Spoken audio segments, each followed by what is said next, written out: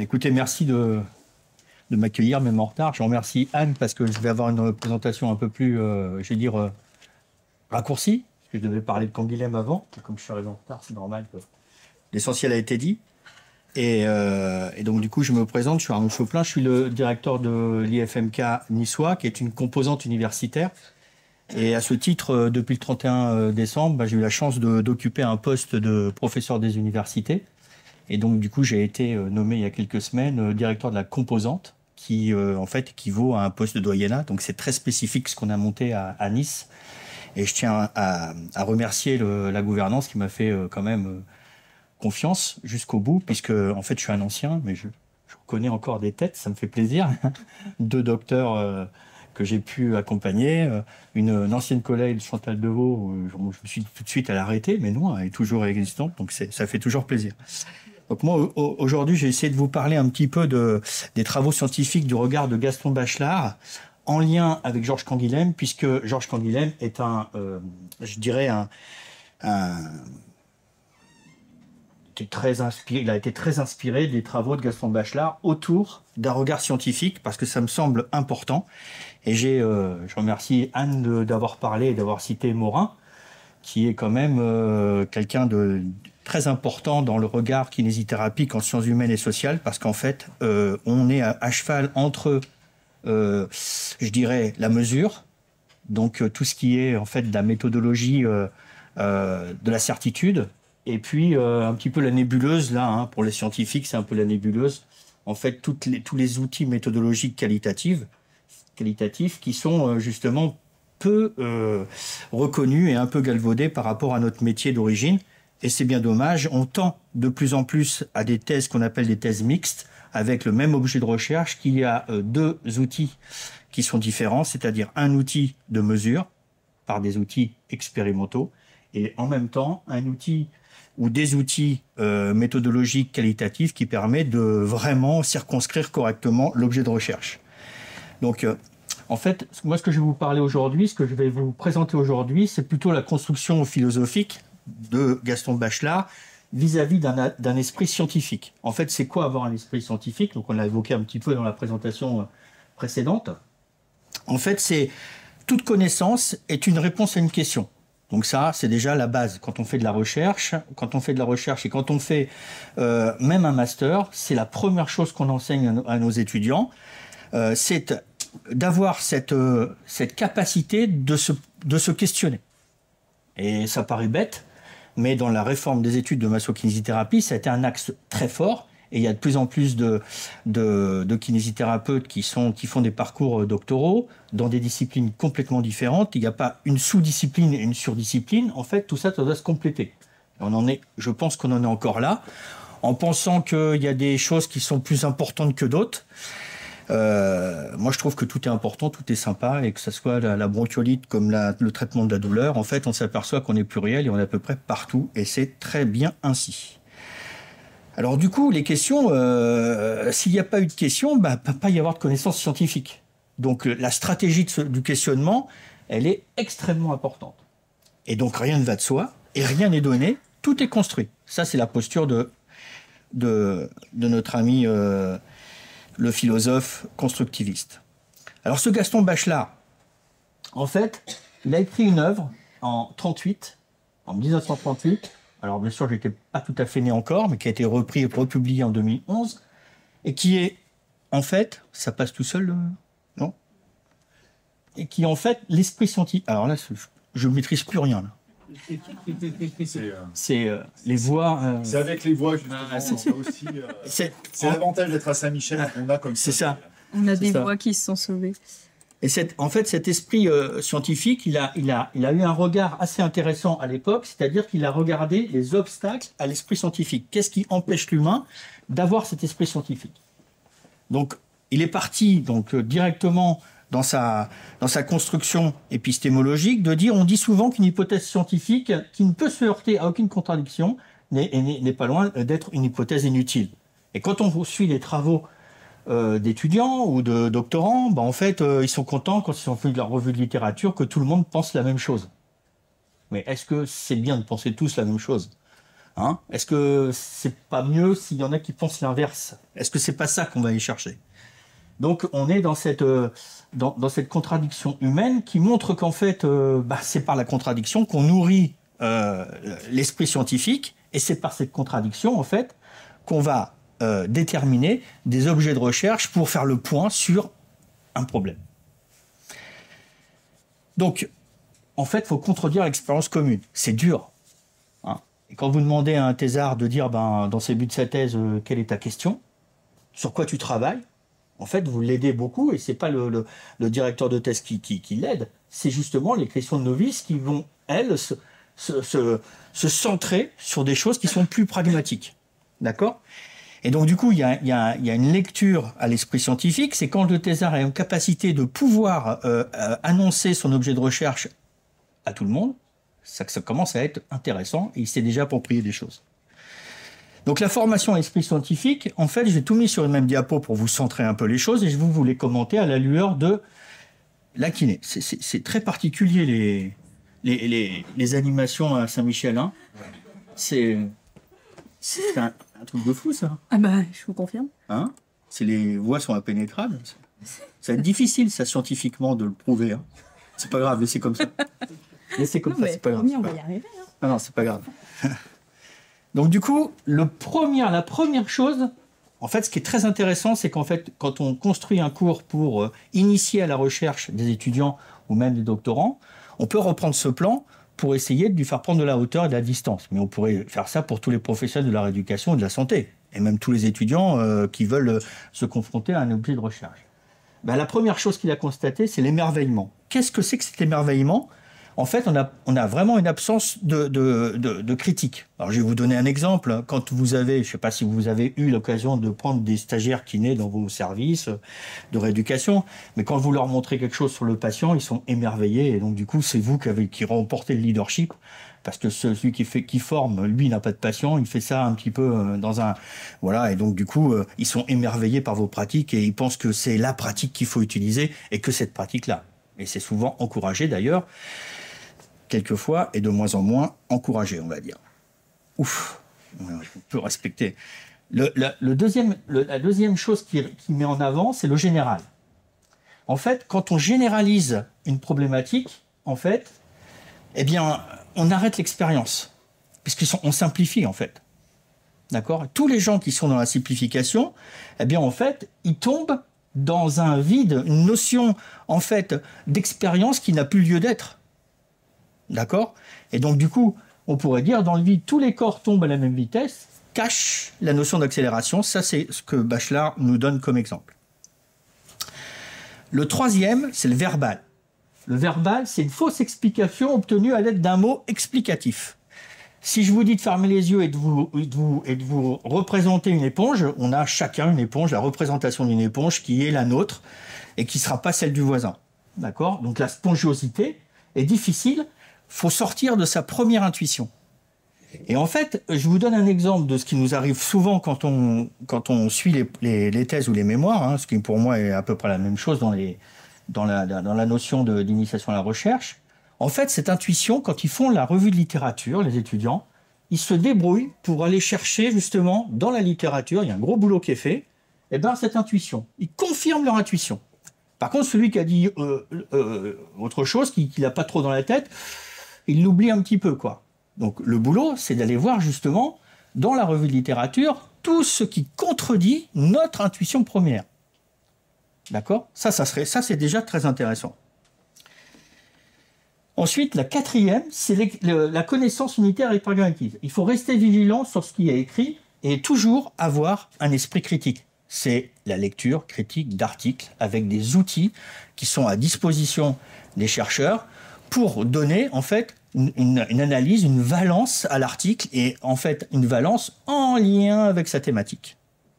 Et ses questionnements. Non pas dans la revue du journal, à impact facteur, ou alors on dit, c'est une revue sciences humaines et sociales, donc ça n'a pas beaucoup d'intérêt. Non. En fait, on prend un outil, on regarde, en fait, la force du papier qui a été proposé à la communauté scientifique, et avec notre thématique, on la confronte de manière à dire ça m'intéresse, ça m'intéresse moins. Donc du coup, le cinquième, c'est le substantialisme. Alors, c'est ces mots à lui. En fait, c'est la doctrine qui donne l'existence essentielle d'une idée générale. On reprend cette idée générale qui arrête la recherche de la continuer, du coup. Hein, toutes les voitures sont polluantes. Toutes les voitures sont polluantes. On ne se dit pas, il y en a moins, est-ce qu'elles sont toutes polluantes, est-ce qu'elles sont toutes de la même façon, polluantes de la même façon. La psychanalyse du réaliste. C'est les gens qui pensent qu'en fait, le rare, le cher est efficace. C'est l'étudiant qui va arriver en disant ça, personne n'en a jamais parlé. On a des étudiants comme ça qui se disent oh, j'ai un super sujet de recherche, personne n'en a parlé. Le silence méthodologique. Et lui, du haut de sa hauteur, il pense que c'est intéressant. Douloureux, hein, ça prend des mois et des mois. Donc quand on fait les étudiants qui sont en formation initiale, ils n'ont pas non plus beaucoup de temps, ils n'ont pas l'expérience professionnelle. Donc ça, c'est très très douloureux. Leur faire comprendre en fait que c'est pas parce qu'ils n'ont rien trouvé dans la littérature que ça devrait intéresser une communauté. Donc ça, c'est souvent un des freins à la pensée scientifique. Le septième, et c'est le plus important, c'est l'anémisme. Donc cet obstacle, ce septième obstacle, en fait, c'est faire du vivant un principe universel d'explication. On a souvent simplifié, et en pédagogie, je vais vous donner un exemple pédagogique, en fait, on simplifie, et donc du coup, on n'est plus dans la complexité. Le fait de simplifier, c'est ce que les enseignements des pédagogues nous disent, en fait, on n'est plus dans la vérité. Donc du coup, quand on enseigne la simplification, puisqu'il faut à un moment donné donner de la simplification, on n'est jamais dans la vérité. Et les élèves nous disent « Mais ce que vous nous avez montré, c'est pas réellement ce qu'on retrouve sur le terrain. C'est nul ce que vous avez fait. » Ils oublient qu'en fait, il y a la notion d'accélération là-dessus. Et en fait, pour comprendre un phénomène complexe, eh bien, il faut d'abord peut-être le simplifier. Et c'est tout. C'est ça que je raccroche en pédagogie à toute la valence de la didactique pédagogique qui, justement, est en capacité de pouvoir proposer à l'étudiant de progresser progressivement, on va dire, progresser progressivement vraiment dans ses acquisitions.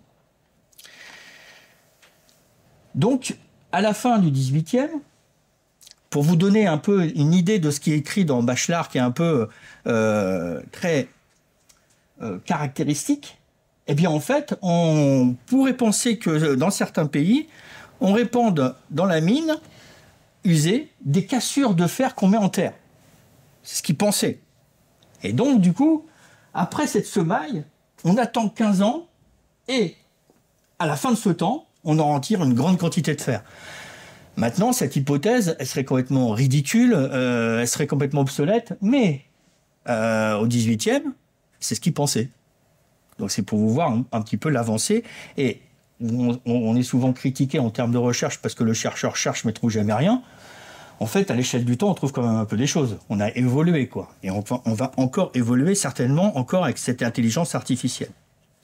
Alors là, je vais aller beaucoup plus vite parce que, en fait, Georges Canguilhem, on en a parlé, le normal et le pathologique, c'est un petit peu l'élève de Gaston Bachelard. Il a cet esprit-là et il a très bien, ça a été très bien dit tout à l'heure, il va circonscrire ce qu'on appelle le normal, la normativité en santé, parce qu'il se pose un problème dès 1943, il a revisité sa thèse en 1966, sur qu'est-ce que c'est que cette norme ?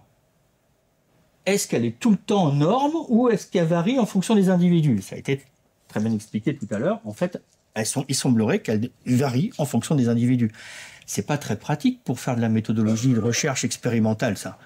Parce que si la norme bouge en fonction de l'individu et de son milieu, comment vous allez constituer vos populations homogènes ? Parce que les gens, ils aiment bien quand c'est homogène. Sauf que l'humain, pour qu'il soit homogène, ça va quand même être difficile, quoi. Hein ? Et donc, du coup, dans la méthode expérimentale, on appelle ça des biais. Les biais, ils sont pas tous... C'est pas des clones, les gens. Donc, du coup, vous êtes déjà dans la tromperie, dans l'erreur. D'accord ? Pour Canguilhem. Donc ça, je pense que c'est très important. Donc, il a travaillé énormément sur cette notion de normativité. Et donc, il y a des sciences du normal et du pathologique. Et moi, je vais vous donner cette citation qui m'a quand même assez éveillé, puisqu'en page 101, là, dans la fin de son œuvre, il dit que l'état normal désigne à la fois l'état habituel des organes elle aurait l'idée, puisque le retentissement de cet état habituel est l'objet ordinaire de la thérapeutique. C'est ce qui a été un peu évoqué, même beaucoup évoqué tout à l'heure. Donc du coup, j'aurais dû lancer le start mais on l'a fait à l'envers, mais en fait, on se retrouve je vous jure qu'on n'a pas communiqué avant. Et donc du coup, quand on a ça dans la tête, ça met à mal les méthodes expérimentales quand même. Ça met à mal les méthodes expérimentales qui ont, et on l'a dit tout à l'heure, le mérite de pouvoir donner un résultat chiffré scientifique, avec un P, le risque, le P, le 0,5, le fameux 0,5 P de se tromper, c'est l'erreur, c'est les 400 000, mais quand c'est 400 000, est-ce que c'est une erreur? D'accord. Si c'est 0,5, oui, pas d'erreur. Mais quand ça représente 400 000, ça fait quand même une belle erreur quand même. Donc du coup, pour Canguilhem, la vie est une valeur normative et il préfère parler de normativité biologique. Et donc du coup, vous savez, vous avez les écarts sur votre biologie là.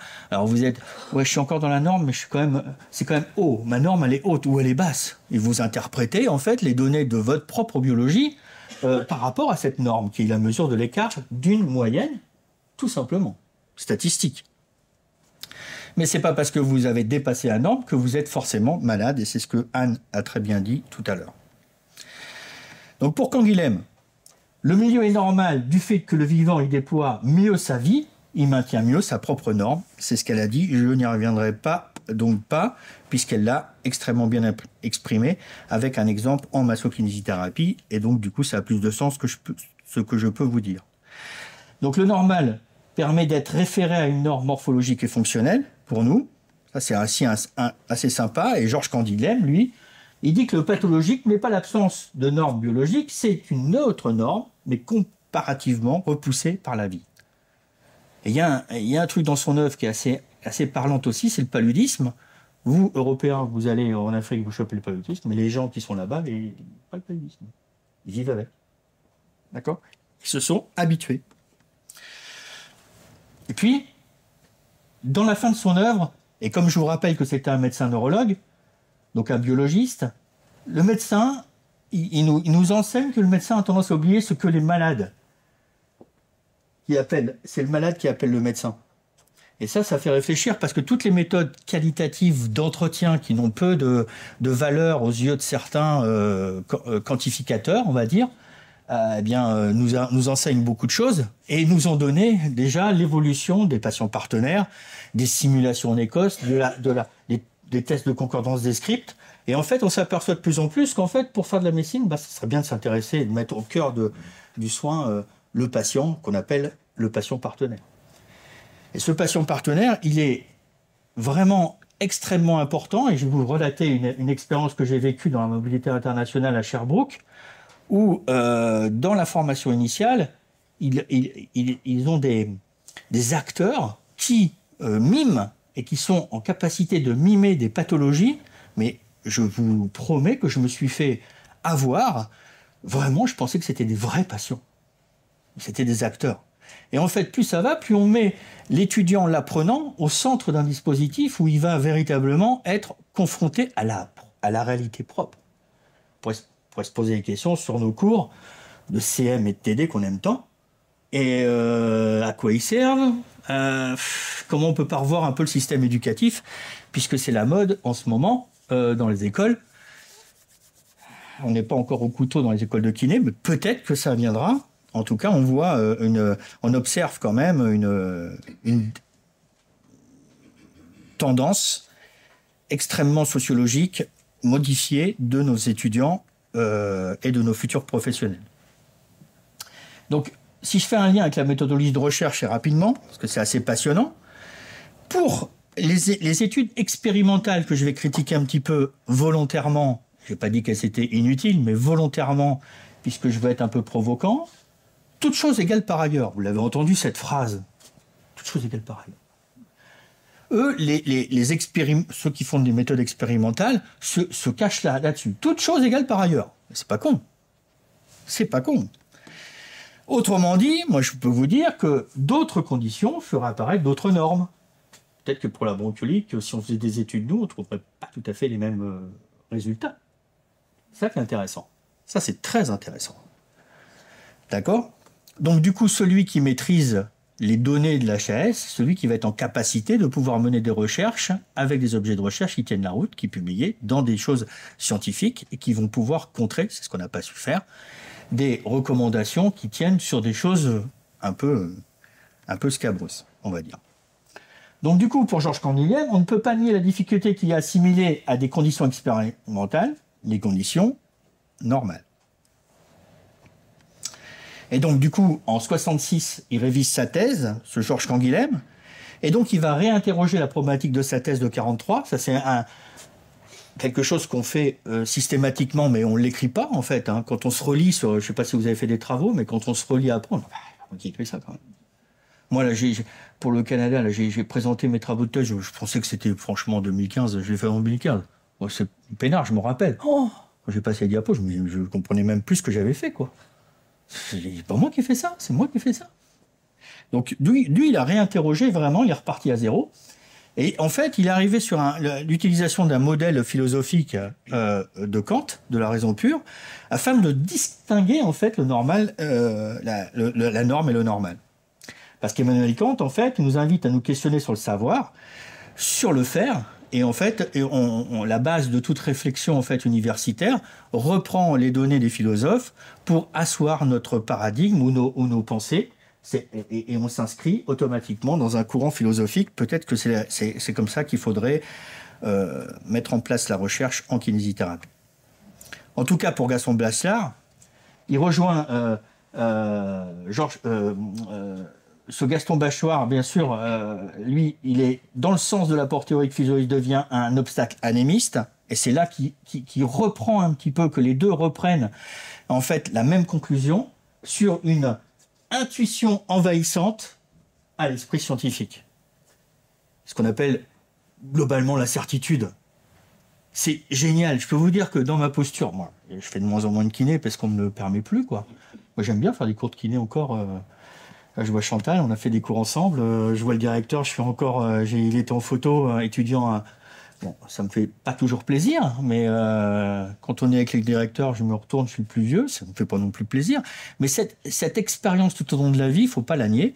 En fait, elle vous permet quoi? Elle vous permet de prendre du recul. Et si j'ai un résumé à faire de mon parcours universitaire, et je remercie les sciences de l'éducation de m'avoir permis d'avoir ce pas de côté et de m'interroger sur cette intuition envahissante de l'esprit scientifique, puisque, en fait, je vais quand même pouvoir vous dire que pour ma thèse, la première réaction que j'ai eue pour mon directeur de thèse qui s'appelle Jean Ravenstein, c'était de dire, bon, j'enseigne la palpation depuis longtemps aux étudiants, je sais qu'ils ont la moyenne et qu'ils sont bons.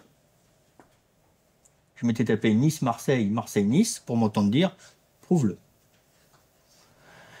J'avais un peu les nerfs. Un petit peu les nerfs. Parce que quand même, depuis le temps que je l'enseigne, je sais ce que... D'accord ? Donc un questionnaire différentiel montre qu'en fait, les étudiants eux-mêmes que j'ai formés sur un protocole ne respectent pas le protocole que moi j'ai enseigné. Les petits cons. Après, on prend plein la tête et on se dit, mais peut-être que si ces étudiants, ils se servent de quelques éléments du cours pour construire véritablement, est-ce qu'ils n'ont pas eu un esprit scientifique, ils n'ont pas retiré la substance véritablement qui leur était important individuellement pour faire quelque chose de plus intelligent pour eux que ce que je leur enseigne. Et là, on commence à tomber dans l'abîme. On s'enfonce de plus en plus. Mais c'est très intéressant d'avoir un regard sur nos pratiques et d'avoir à un moment donné de sa vie, de pouvoir faire le pas de côté qui va vous permettre de dire, voilà, comment je fonctionne, pourquoi je fonctionne comme ça, et en retour, puisque c'est vraiment ça qui est important, comment les étudiants ou les apprenants ou le monde, on va dire, de la recherche, parce que pour moi, je ne fais pas de distinction, sont des données qui vont nous faire progresser à l'intérieur de notre handicap individuel. Je vous remercie beaucoup pour votre écoute. S'il y a des questions. Alors, merci pour cette intervention. On va regarder si... Est-ce qu'il y en a qui ont des questions déjà dans l'assistance? Non, on va regarder un petit peu sur le net s'il y a des questions. Pour voir un petit peu si ça vous a interpellé un petit peu ce que vous venez d'entendre.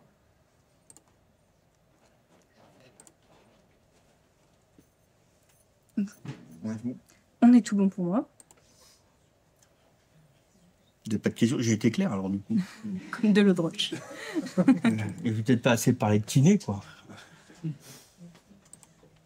Ça viendra à la pause, comme d'habitude. À la pause, comme d'habitude? Oui. Non, ça, c'est ma...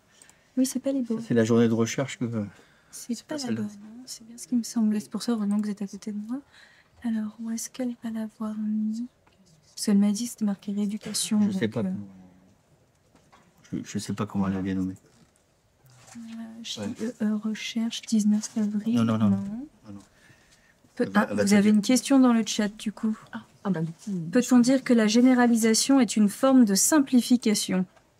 Non, revenez. C'est pour moi, ça? Oui, cette question c'est pour pour moi? D'accord. C'est sauvé. C'est pas grave.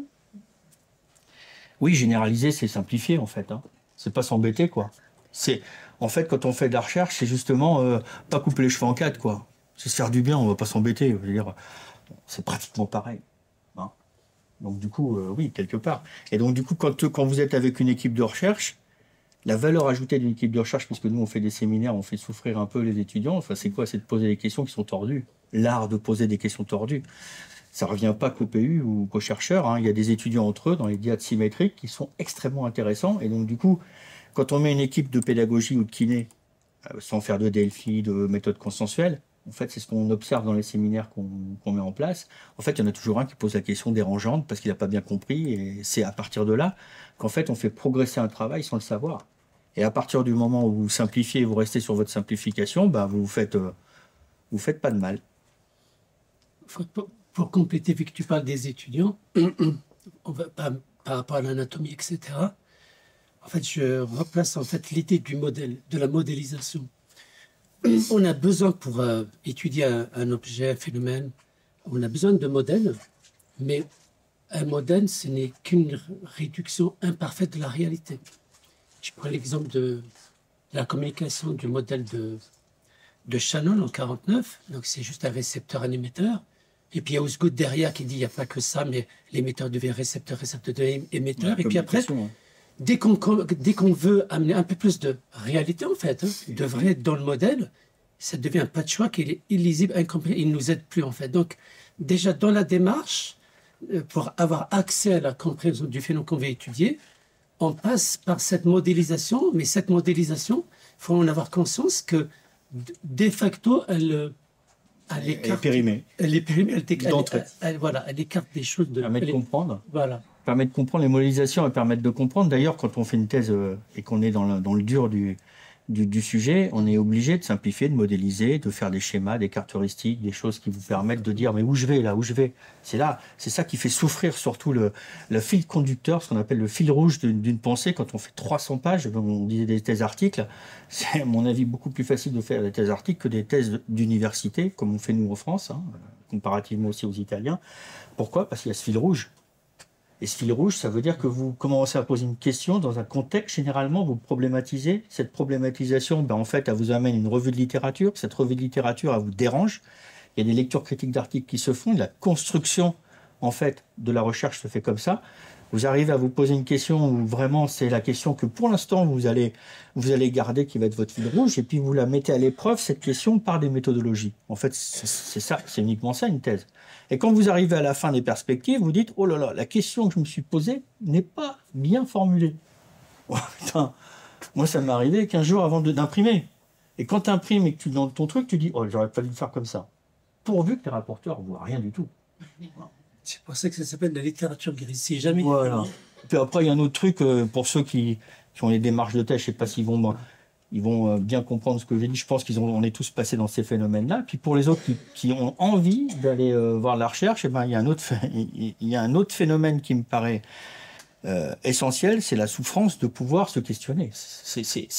Tout réside de là. Et puis après, quand vous soutenez, vous avez une déception profonde parce que les questions qu'on vous pose ne sont pas à la hauteur de vos travaux. Franchement, ils m'ont posé ces questions, je me suis angoissé pendant des mois, des années. Hein, Myriam, parce que j'ai la chance d'en avoir deux là. Franchement, ils auraient pu me poser des questions plus pertinentes, plus intelligentes. Et quand on regarde les rapports, on décrypte ces choses-là, quoi. Donc là, j'en ai un, c'est Xavier Tesser qui a eu mon rapport de thèse et qui va donc pouvoir souffrir le 5 juin à Montpellier. Donc, du coup, on lui souhaite plein de courage s'il écoute, parce qu'en fait, le jeu des rapporteurs, c'est d'aller un peu plus loin dans les questions et de regarder ce qui ne va pas. Et c'est encore un autre exercice de recherche où je n'étais pas tellement habitué, qui m'a demandé quand même, pour une thèse, 35 heures effectives de lecture et de recherche par rapport à une œuvre de thèse. Donc, peut-être parce que je suis un vieux, mais un jeune chercheur, mais ça m'a fait revisiter la pensée de l'autre. C'est très compliqué de rentrer dans la pensée de l'autre. Et donc, du coup, c'est là qu'on s'aperçoit qu'on a fait des progrès et que la réflexion qu'on a, eh bien, elle est arrivée, en tout cas, à un point de non-retour et qu'elle peut aider dans les rapports, les questions. Mais souvent, quand vous êtes acteur d'une thèse, vous ne comprenez même pas les questions qui se posent entre le rapporteur et le doctorant. Vous soutenez le doctorant, mais vous ne comprenez pas les questions. Parce qu'en fait, c'est un questionnement qui se fait par rapport à la lecture critique de son œuvre écrite. Pourquoi tu as fait ça et pas ça? Et tiens, tu n'as pas mobilisé cet auteur-là. Dommage, tu n'as peut-être pas été dans le bon paradigme. Vous voyez, là, on a vraiment, c'est vraiment l'échange avec des scientifiques. Je vous remercie. Merci bien.